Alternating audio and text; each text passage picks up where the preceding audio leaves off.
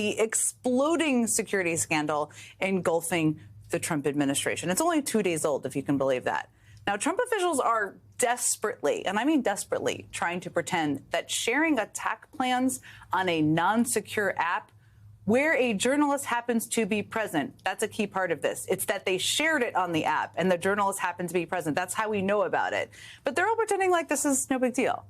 And their answers, I have to say, are leaving a whole lot to be desired and, frankly, just raising more questions.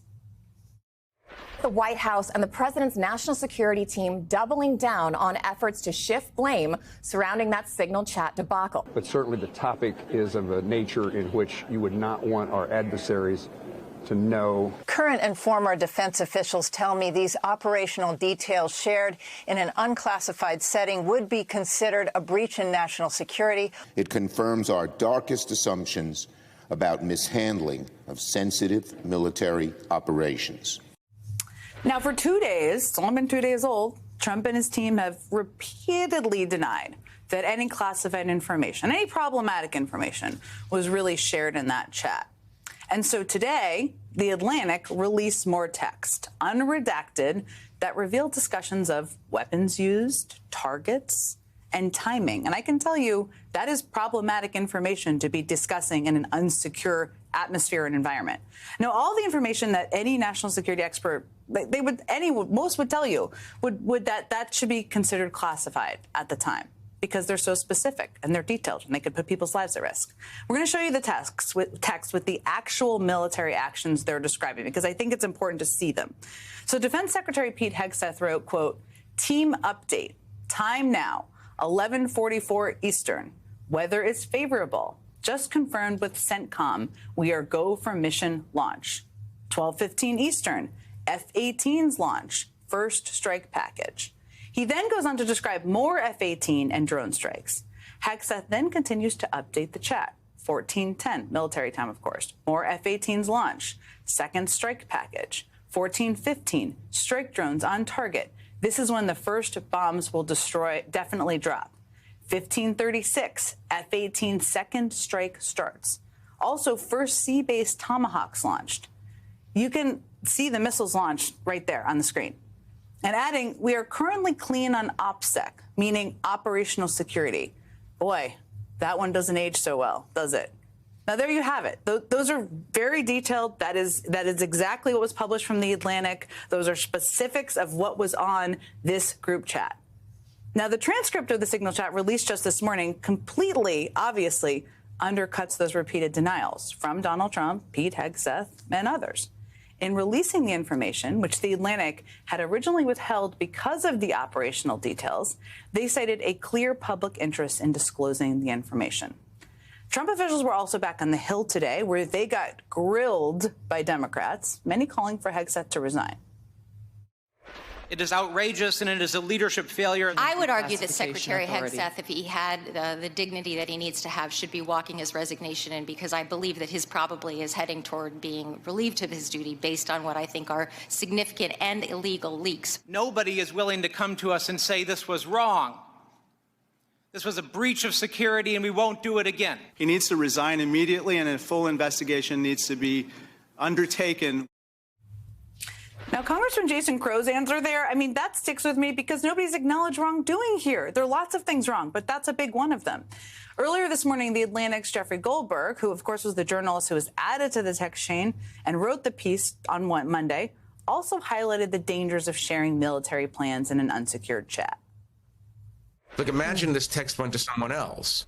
I mean, if that's not secret, classified information about, or the most sensitive kind of government information in the world, I don't know what is. This is operational details about a forthcoming attack on an enemy that has anti-aircraft capabilities.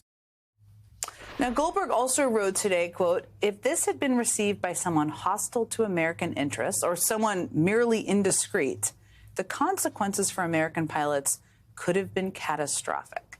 The Pentagon guidelines, by the way, on what constitutes classified information are actually pretty clear and include disclosure of significant military plans or intelligence operations. This text message is clearly classified information.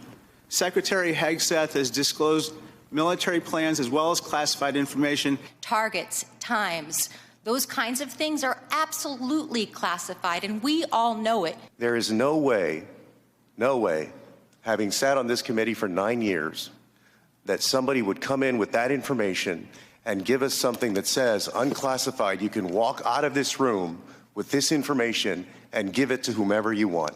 Y'all know that's a lie. It's a lie to the country.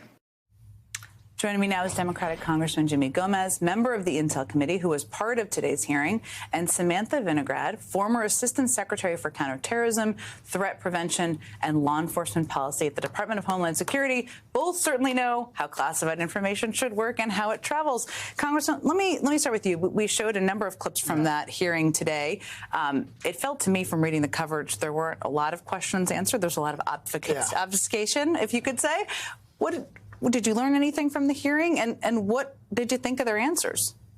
I don't think they didn't answer anything. And second, it just doesn't pass the smell test. I mean, this is something that's so rational. One, they were first denying that they had this conversation until the report came out.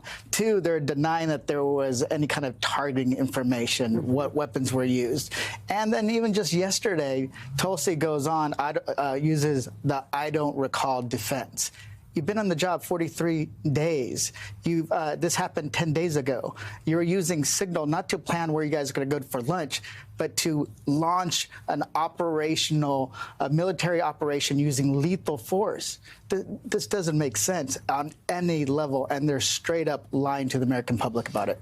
I mean, the I don't recall really doesn't pass the smell test, so just take your words.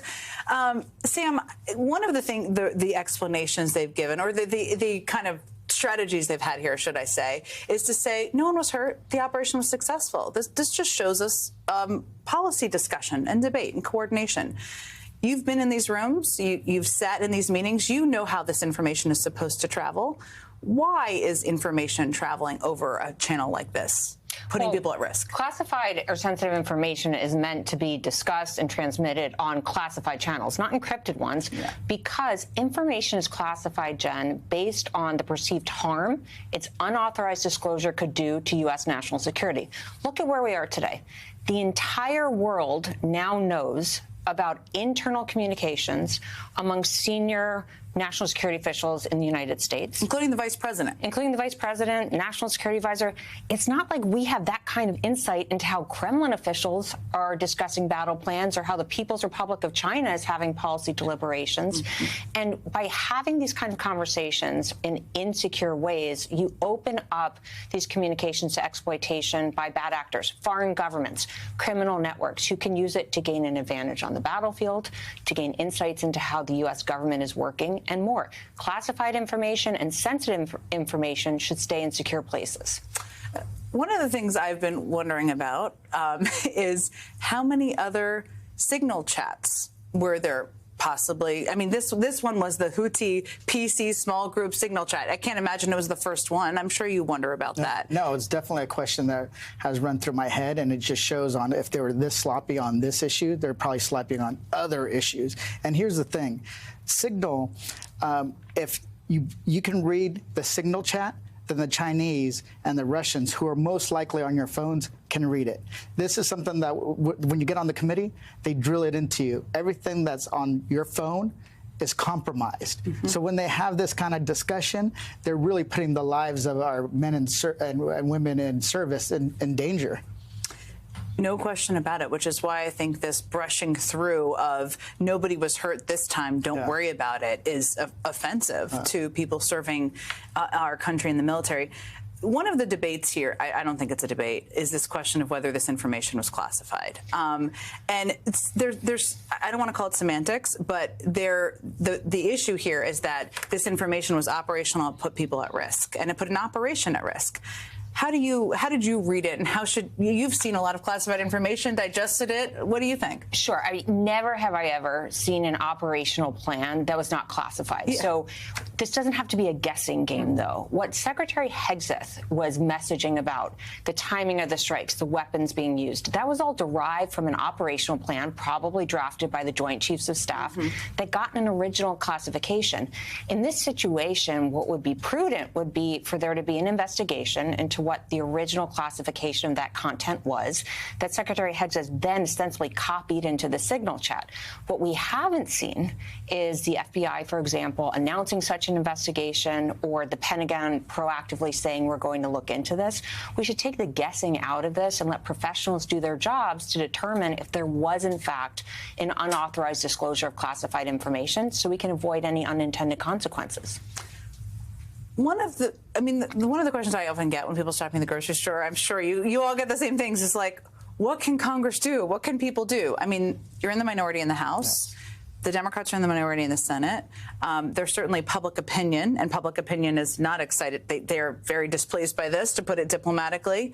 What can Congress do to compel an investigation? What can you do in the minority, I should say, to compel an investigation, to push for more information if there isn't cooperation from Mike Johnson and the leadership in the House? Yeah, we have to keep pushing and then discussing this in public.